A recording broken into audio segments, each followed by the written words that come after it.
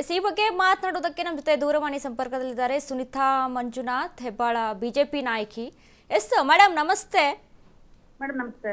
Madam, ಇದು ಒಂದು ಭೂಪಸಂದ್ರ ಕಚೇರಿಯಲ್ಲಿ SIR ಪ್ರಕ್ರಿಯೆ ನಡೀತಾ ಇದೆ. ಅಲ್ಲಿ ಕೇಳಿದ್ರೆ ಅಲ್ಲಿ ಇರುವಂತಹ ಅಧಿಕಾರಿಗಳು ಹೇಳ್ತಾರೆ ಮಾಡ್ಬೋದು, ಅದರಲ್ಲೇನು ತಪ್ಪಿದೆ ಅಂತ.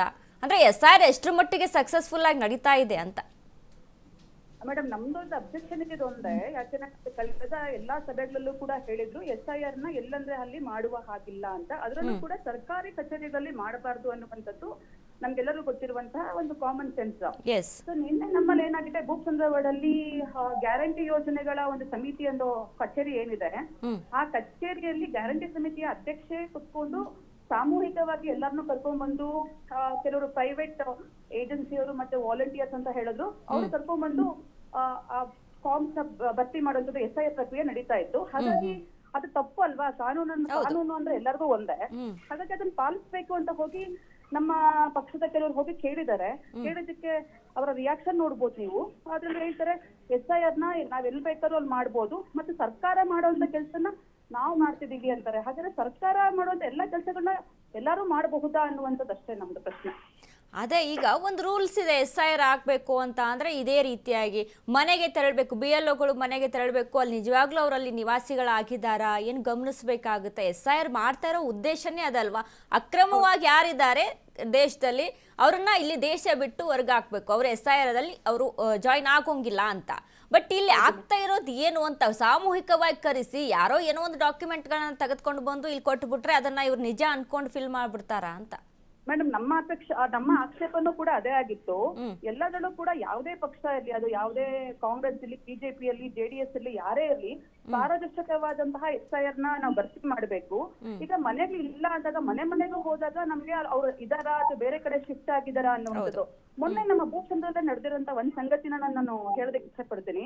ಅವರು ಶಿವಾಜಿನಗರ ಏನೋ ಶಿಫ್ಟ್ ಆಗಿದಾರಂತೆ, ನಮ್ಗೆ ಇದು ಫಾರ್ಮ್ ಕೊಡಿ ಅಂತ. ಮನೆ ಶಿಫ್ಟ್ ಆದ್ಮೇಲೆ ನೀವು ಅಲ್ಲಿ ಮಾಡಿಸ್ಕೊಬೇಕು ಅಂದ್ರೆ ಇಲ್ಲ ನಾವ್ ಇಲ್ಲಿ ಕೊಡಿ ಅನ್ನುವಂತ ಜೋರಾಗಿ ನಮ್ಮ ಹತ್ರ ಅವರು ಬ್ಯಾಕ್ ಆನ್ಸರ್ ಕೊಡುವಂತದ್ದು ಆಯ್ತು. ಹಂಗಾಗಿ ನಮ್ಮ ರಿಕ್ವೆಸ್ಟ್ ಇಷ್ಟೇ, ದಯಮಾಡಿ ಇದರಲ್ಲಿ ಪಾರದರ್ಶಕತೆಯನ್ನ ತಗೊಂಬನ್ನಿ, ಮನೆಗೂ ಹೋಗಿ ಅಲ್ಲೇ ಕೂತ್ಕೊಂಡು ಏನು ಕಾನೂನು ಇದೆ, ಏನು ನಿಯಮಗಳಿದೆ ಅದ್ರ ಪ್ರಕಾರ ಮಾಡಿ. ಮತ್ತೆ ಸರ್ಕಾರದ ಕಚೇರಿಗಳಲ್ಲಿ ಯಾರು ಕೂಡ ಮಾಡಂಗಿಲ್ಲ. ಹಾಗೆ ಮಾಡಂಗಿದ್ರೆ ನಾವು GBA ಆಫೀಸ್ಗಳಲ್ಲೇ ಕುತ್ಕೊಂಡು ಮಾಡ್ಬಿಡ್ಬೋದು, ಎಲ್ಲಂದ್ರೆ ಅಲ್ಲಿ ಮಾಡ್ಬಿಡ್ಬೋದಲ್ವಾ? ನೀವು ಸಹಾಯ ಮಾಡ್ಬೇಕು ಅಂದ್ರೆ ನಿಮ್ಮ ಸ್ವಂತ ಕಚೇರಿಗಳಲ್ಲಿ ವಾಲಂಟಿಯರ್ಸ್ ಇಟ್ಕೊಳ್ಳಿ, ಅಥವಾ ಅವ್ರ ಮನೆಗೆ ಹೋಗಿ ಕೆಲಸ ಮಾಡ್ಕೊಡಿ ಅನ್ನುವಂತಹ ಒಂದು ಮನವಿ ಮಾಡುತ್ತೆ. ಇದೀಗ ಇದು ಸರ್ಕಾರಕ್ಕೆ ಗಮನಕ್ಕಿದೆಯಾ ಅಂತ ಅನಿಸ್ತಿದ್ಯಾ ಅಥವಾ ಹೆಂಗೆ? ಮೇಡಮ್, ಈಗ ನಾವೆಲ್ಲಾ ಕಡೆ ನೋಡಿದೀವಿ. ಈಗ ಮೊನ್ನೆ ರಾಮನಗರದಲ್ಲಿ ಯಾವ ರೀತಿಯ ಒಂದು ಸಾಮೂಹಿಕವಾದಂತಹ SIR ಫಾರ್ಮ್ಸ್ ಕೊಡುವಂತದ್ದಾಗಿದೆ, ಮತ್ತೆ ಎಲ್ಲಾ ಕಡೆನೂ ಯಾವ ರೀತಿ SIR ನ ದುರುಪಯೋಗ ಪಡಿಸ್ಕೊಂಡಿದೆ ಅನ್ನುವಂಥದ್ದು ಕಾಂಗ್ರೆಸ್ ನಮ್ಮೆಲ್ಲರ ಮುಂದೆ ಕಾಣ್ತಿದೆ. ಇದಕ್ಕೆ ಸಂಬಂಧಪಟ್ಟಂಗೆ ಈಗ ನಮ್ಮ NDA ಸರ್ಕಾರ, ಬಿಜೆಪಿ ಇರ್ಬೋದು, JDS ಇರ್ಬೋದು, ಎಲ್ಲ ನಮ್ಮ ರಾಷ್ಟ್ರ ನಾಯಕರು ಮತ್ತೆ ರಾಜ್ಯ ನಾಯಕರು ಎಲ್ಲರೂ ಕೂಡ ಸಂಬಂಧಪಟ್ಟಂತಹ ಚುನಾವಣೆಗೆ ಇದ್ರ ಬಗ್ಗೆ ದೂರನ್ನು ಆಲ್ರೆಡಿ ಕೊಟ್ಟಿದ್ದಾರೆ. ಈಗ ಏನ್ ಇಲ್ಲಿ ತನಕ ಮಾಡಿದರೆ ಅದೆಲ್ಲವೂ ಕೂಡ ತಪ್ಪಿದೆ. ಹಾಗಾಗಿ ಅದನ್ನೆಲ್ಲಾನು ಕೂಡ ನೀವು ಕ್ಯಾನ್ಸಲ್ ಮಾಡಿ ಮತ್ತೆ ಇದನ್ನ ಮಾಡಿ ಅನ್ನುವಂಥದ್ದನ್ನು ಕೂಡ ಹೇಳಿದ್ದಾರೆ. ಬಟ್ ಆದ್ರೂ ಕೂಡ ಇದೊಂಥರ ಕಣ್ ಮುಂದೆ ಕಾಣ್ತಿದೆ, ಬಟ್ ಯಾರು ಕೂಡ ಕ್ವೆಶ್ಚನ್ ಮಾಡಕ್ಕೆ ಆಗ್ತಿಲ್ಲ. ಈಗ ವಿರೋಧ ಪಕ್ಷ ಇದಕ್ಕೆ ಪ್ರಶ್ನೆ ಮಾಡಕ್ಕೆ ಅಂತ ನಿಂತ್ರೆ, ವಿರೋಧ ಪಕ್ಷ ಅಂತ ಬಿಜೆಪಿಯ ನಿಲುವೇನು ಮೇಡಮ್ ಇದರಲ್ಲಿ? ಏನಂದ್ರೆ ಯಾವ ರೀತಿಯಾಗಿ ಹೋರಾಟ ಮಾಡ್ಬೋದು ಅಂತ? ಇಲ್ಲ, ಸರಿ ಸ್ಪಷ್ಟವಾಗಿ ಹೇಳಿದ್ದಾರೆ. ಪಕ್ಷದ ಒಂದು ಸೂಚನೆನೂ ಕೊಟ್ಟಿದ್ದಾರೆ ನಮ್ಮ ರಾಜ್ಯಾಧ್ಯಕ್ಷ ಇರ್ಬೋದು, ನಮ್ಮ ಎಲ್ಲಾ ನಾಯಕರುಗಳು ಇರ್ಬೋದು. ನಾವು ಯಾವುದೇ ಕಾರಣಕ್ಕೂ SIR ನ ಯಾರು ಕೂಡ ದುರುಪಯೋಗ ಪಡಿಸ್ಕೊಂಬಾರ್ದು, ನಮ್ಮನ್ನು ಸೇರಿಸಿ, ಅಂದ್ರೆ ಬಿಜೆಪಿಯವರು ಸೇರಿಸಿ ಎಲ್ಲರೂ ಕೂಡ ಮನೆಗೆ ಹೋಗಿ ಪಾರದರ್ಶಕತೆಯಿಂದ ನೀವೆಲ್ಲರೂ ಕೂಡ ಕೆಲಸ ಮಾಡಬೇಕು.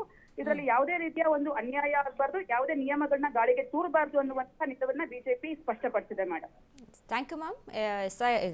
ಅಶ್ವವೇಗ ಜೊತೆ ಮಾತನಾಡಿದಕ್ಕೆ.